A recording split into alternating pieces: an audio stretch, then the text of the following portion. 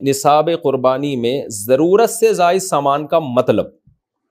قربانی کے نصاب میں ضرورت سے زائد سامان بھی شامل ہوتا ہے، کیا اس میں سلے ہوئے اور بغیر سلے ہوئے کپڑے بھی شامل ہوں گے اور ایک سے زائد جوتے کی جوڑیاں بھی شامل ہوں گی؟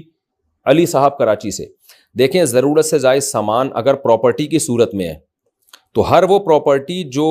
آپ کے استعمال میں فی الحال نہیں ہے، نہ آپ نے اسے کرائے پہ دیا ہوا ہے، نہ آپ اس میں زمینداری کر رہے ہو، زمینداری سے میری مراد یہ ہے کہ اس کو کوئی بزنس کے پرپز میں یوز کر رہے ہو کہ اس پہ کھیتی باڑی کا کام ہو رہا ہے، جی گندم لگ رہی ہے اس پہ، اور نہ آپ نے اس کو رینٹ پہ دیا ہوا ہے اور نہ خود گھر بنا کے اس پہ رہ رہے ہو، تو ایسے پلاٹ پہ قربانی واجب ہے۔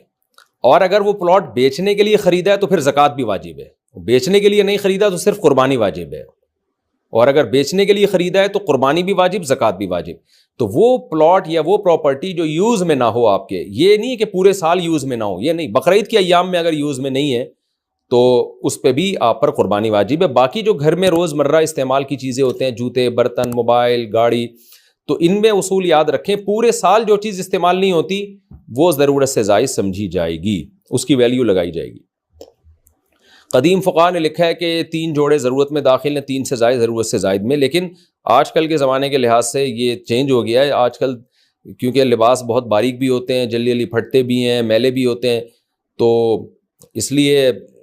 جو ہے نا آج یہی فتویٰ دیا جاتا ہے کہ پورے سال اگر کوئی کپڑا استعمال میں نہیں آ رہا تو اس کا مطلب ہے کہ وہ آپ کی ضرورت سے زائد ہے۔ گھر میں ڈنر سیٹ پڑا ہوا ہے، پورے سال استعمال میں نہیں آتا تو ضرورت سے زائد۔ کتابیں رکھی ہوئی ہیں، استعمال میں ہی نہیں ہے، بھائی وہی لے کے رکھی ہوئی ہیں، پورے سال پڑھی رہتی ہیں تو وہ بھی ضرورت سے زائد میں آئیں گی۔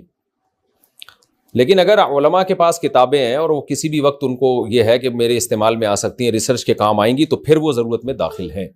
امریکہ